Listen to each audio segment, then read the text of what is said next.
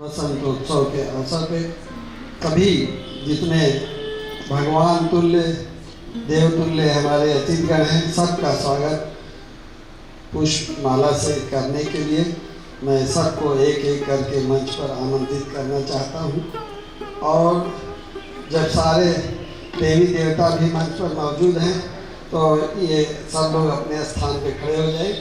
तो मैं कहें कि गुरु गोविंदो खड़े काके लागो पाए, बलिहारी गुरु आपने गोविंद दियो बताए। तो डॉक्टर दयाराम मोहन जी और हमारे गुरु जी श्री शैलेंद्र मिश्रा जी, आप सबसे पहले मंच पर आ जाएं और उसके बाद हम अपने सारे अतिथियों को सम्मानित उनका स्वागत करना चाहता हूँ। देवतुल्य अतिथियों का सारे देवताओं के सामने स्वागत करना है।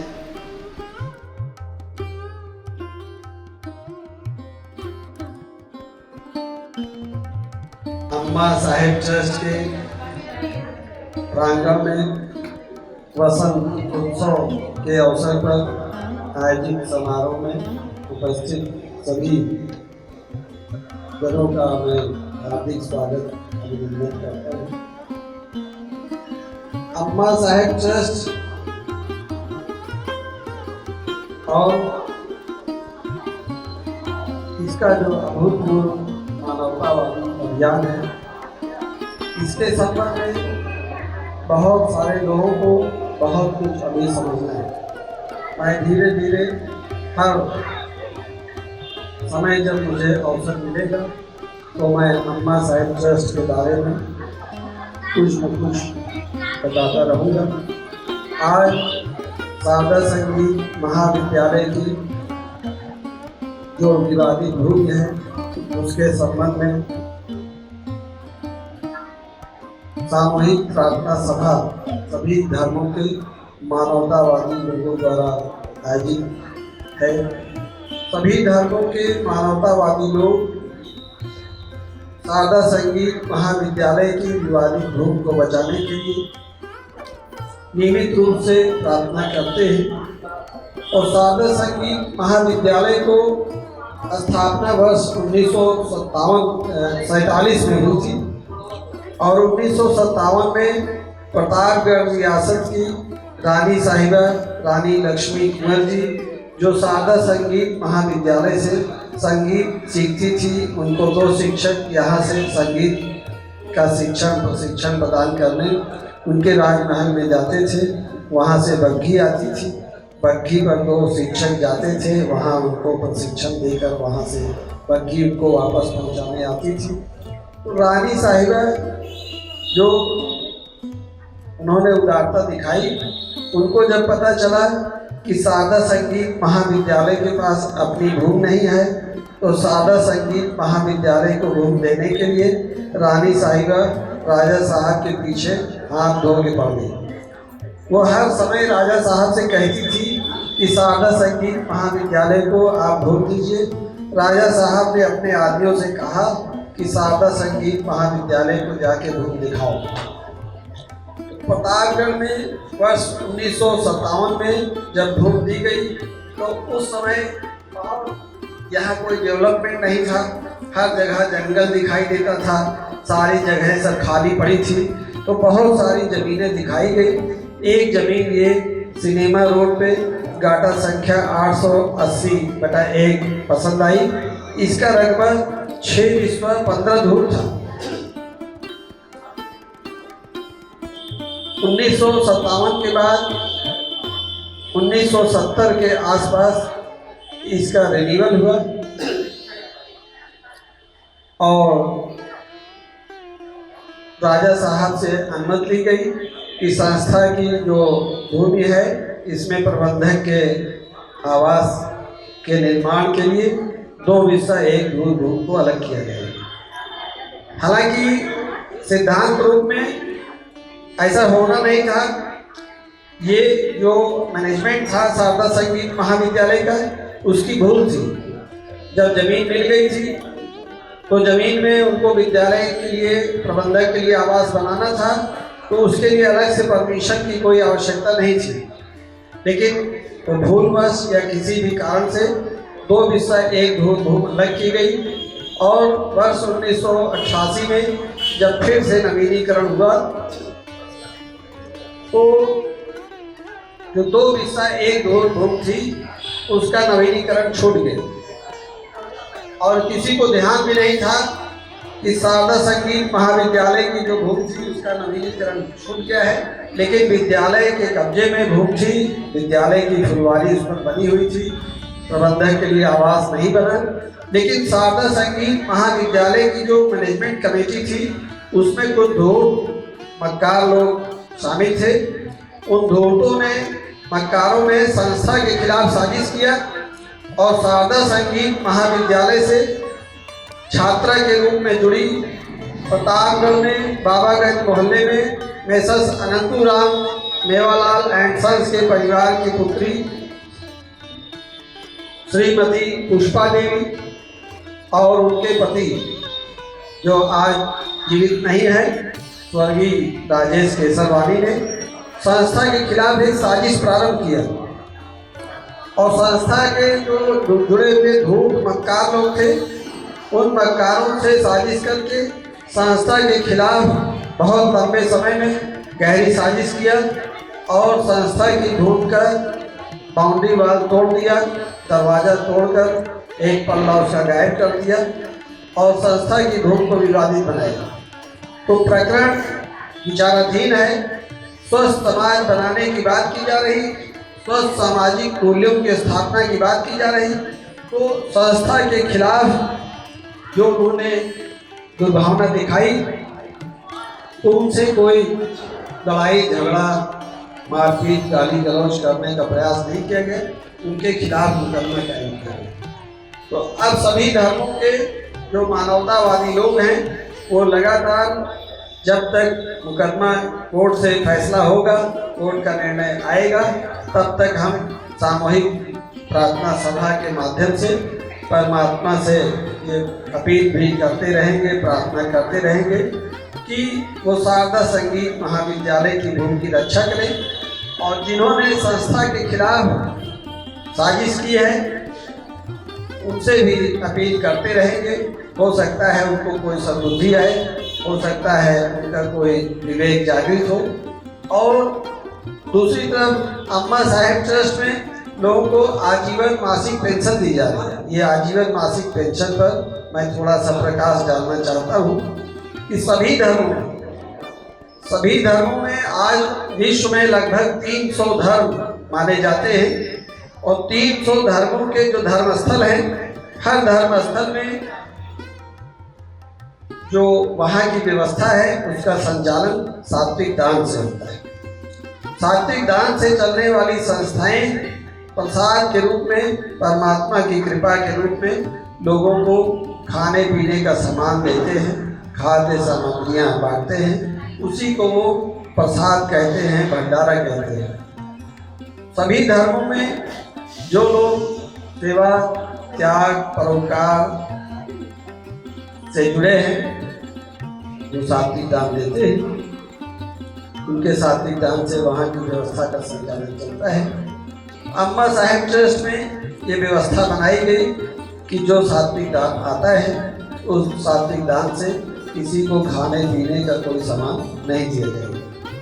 उस सात्विक दान का जो कोष है उसको अमृत रूपी कोष कहा गया है। एक बार हिंदू धर्म ग्रंथ में ऐसा उल्लेख है कि एक बार सारे देवताओं ने, सारे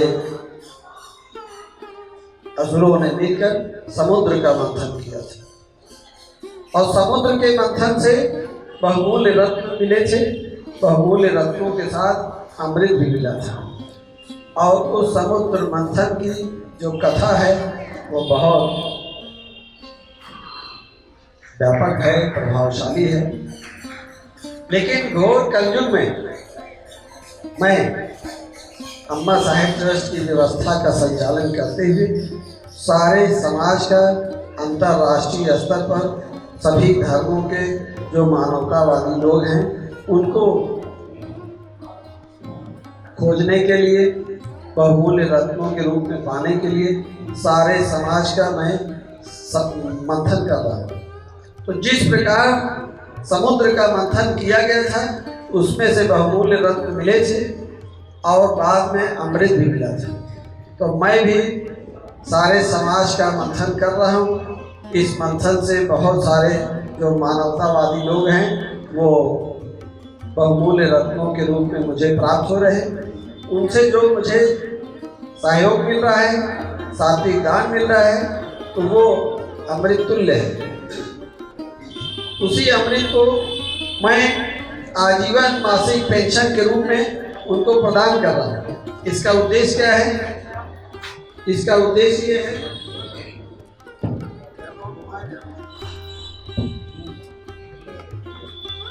हम बोलते रहे।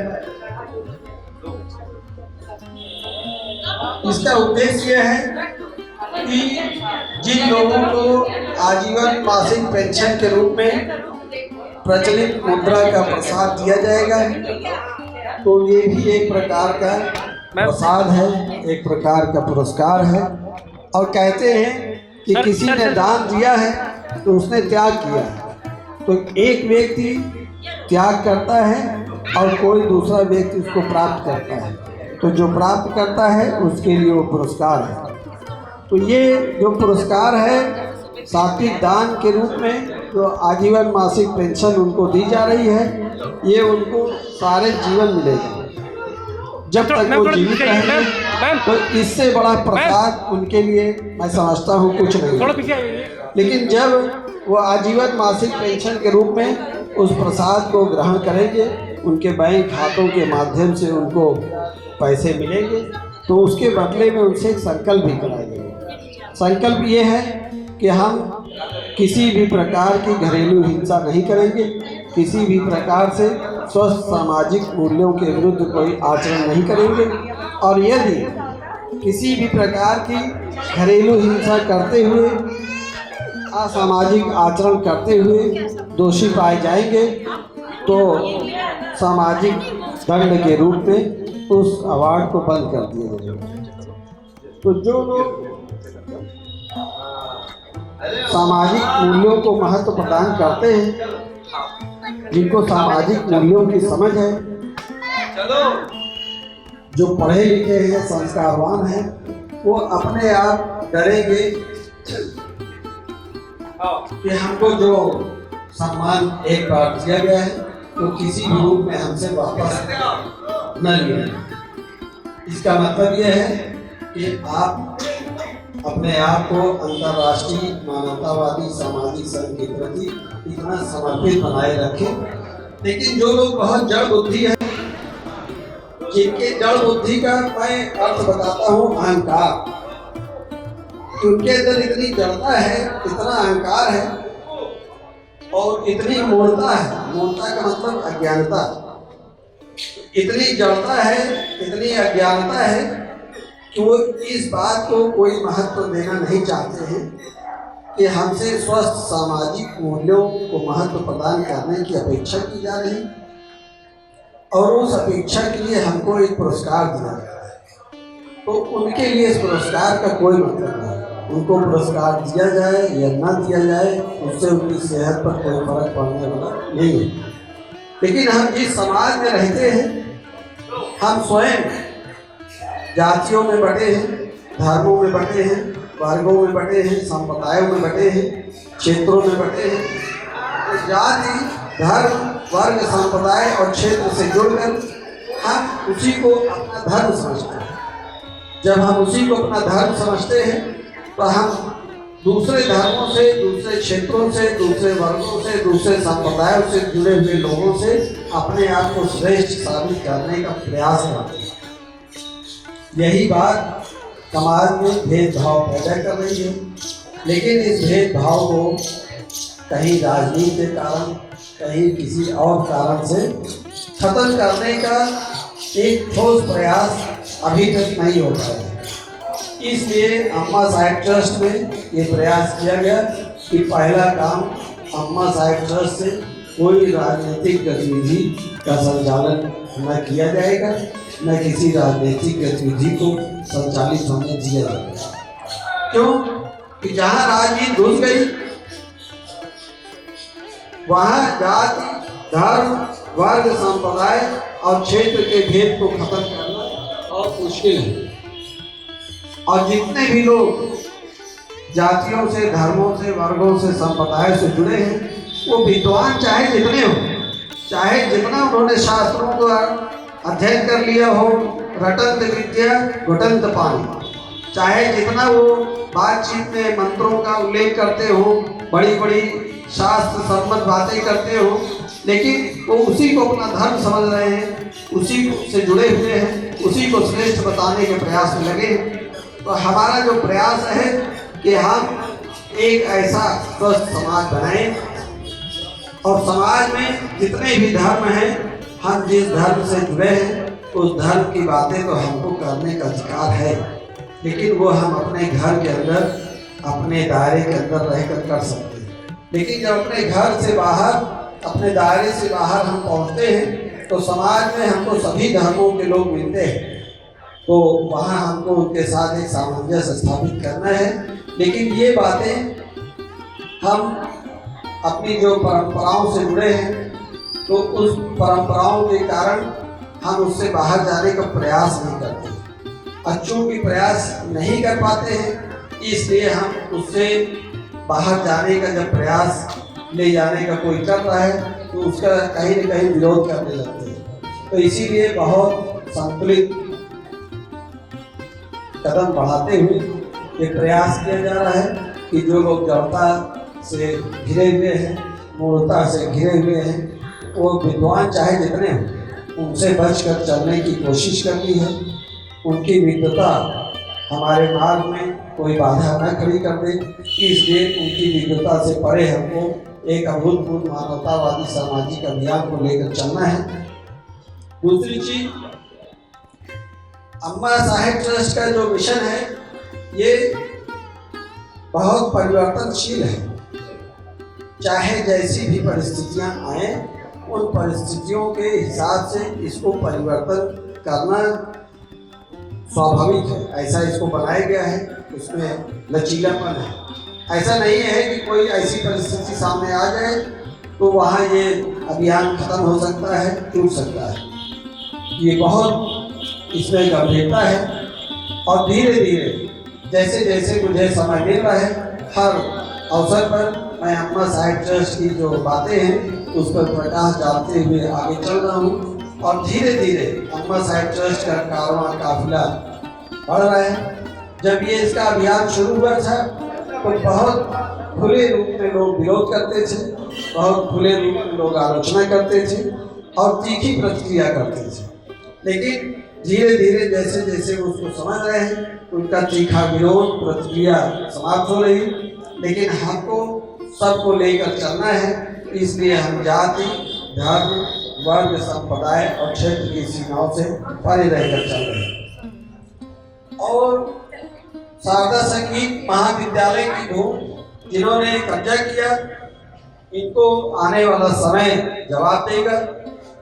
मैं एक बात और कहना आवश्यक समझता हूँ, प्रतापगढ़ में एक ऑटो ट्रैक्टर्स लिमिटेड की भूमि है और इस पर बहुत राजनीति होती है।